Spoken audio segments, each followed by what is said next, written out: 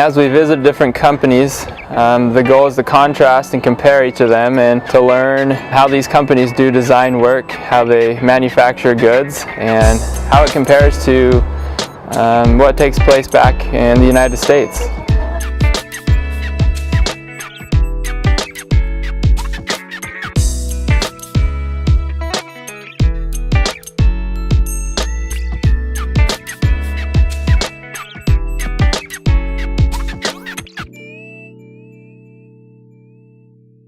The thing that I've learned on this trip is just the value of communication, and that can be very difficult even in your own culture. I've just working in groups with other students, you experience that, and then trying to imagine that on a global scale where you're working with different countries and different people from different cultures in a totally different language. I feel like it's easy to interact with professors in a classroom, but it's a whole different story when you're trying to interact with company leaders or employees across cultural and linguistic boundaries. And I feel like that's invaluable as our society moves towards a more global approach. I think that the ability to interact with leaders in foreign companies is something that's very useful.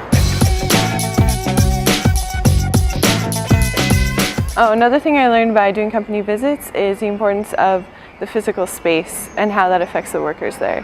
We visited some places that are like very cubicle, very rigid, and that has a really different feel than places where there's old projects hanging from the roof and different things like that that make it maybe a more fun atmosphere, and that changes how people interact with each other and what kind of work they do. As we go along with these different companies, there are different sizes of companies. These companies focus on different things. I realized that I wouldn't be a good fit at every company. Even though I'm really passionate about the product and what they do, I would feel uncomfortable working there. I would want to be working somewhere else where maybe I'm not as passionate about the product. I was really surprised to learn how the process or what the culture is like might be more important than what the actual product is.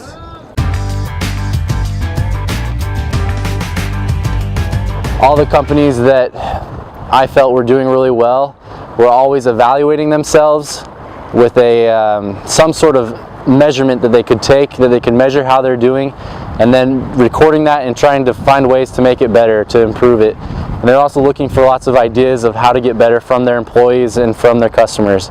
They're using other things such as cleanliness in the workplace to be able to see where things are lacking in their company.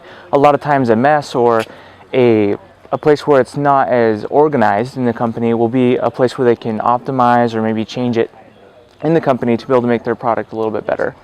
So always evaluating yourself and trying to improve yourself is a very key point of the successful companies that we've seen.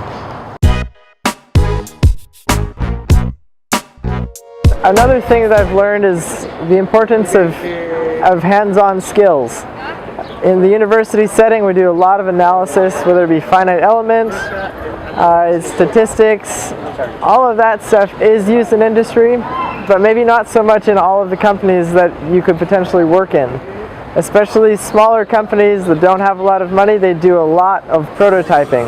It's very much this build to think idea where you're building, testing, breaking, seeing what works, what doesn't, and then going and selling that product, rather than spending time and money figuring out how to properly test it using statistical or analytical methods. To establish and start a good company and to produce good products requires hard work, and there's no way of getting around this work.